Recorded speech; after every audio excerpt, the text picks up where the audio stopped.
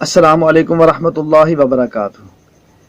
اللہ پاک کو ہم کیا راضی کریں گے، لیکن احادیث میں ہے کہ جو آدمی ایک دعا ہے 3 مرتبہ اس کو صبح شام پڑھ لے تو اللہ پاک اس کو قیامت والے دن راضی کریں گے، اللہ پاک اس سے خوش ہو جائیں گے۔ تو ہر آدمی چاہتا ہے کہ اللہ مجھ سے خوش ہو جائے۔ اب اللہ کو ہم کیسے خوش کریں گے؟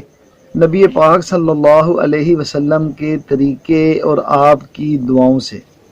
تو یہ بڑے آسان ہیں، صرف ہمارے لیے ایک مشکل پیدا ہوتی ہے جو ہم اس پہ وقت نہیں نکالتے، دعاؤں کی طرف اہتمام نہیں کرتے، ہمارا ذہن خیال نہیں جاتا، جس کی وجہ سے ہمیں یہ مشکل ہو جاتی ہے۔ تو وہ جو دعا بڑی آسان ہے، ہر آدمی کو چاہیے، یہ ہمارے علماء کرام جو دعائیں مانگتے ہیں ان دعاؤں کے اندر یہ دعا ہے۔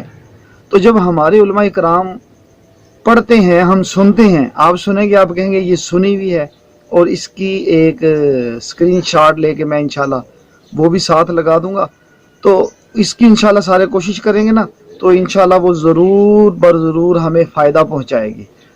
تو یہ بڑی آسان سی دعا ہے، رضیت باللہ ربا وبالاسلام دینا، رضیت باللہ ربا وبالاسلام دینا وبمحمد صلی اللہ علیہ وسلم صلی اللہ علیہ وسلم نبیہ و رسولہ۔ مطلب اس میں ہم تھوڑا سا خود تھوڑے لفظ آگے پیچھے بھی ہو جاتے ہیں، تو اصل ہے رضیت باللہ ربا وبالاسلام دینا وبمحمد نبی کا صلی اللہ علیہ وسلم۔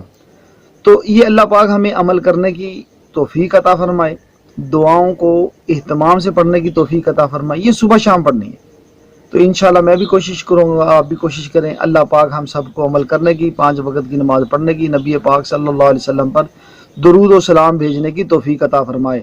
السلام علیکم ورحمۃ اللہ وبرکاتہ۔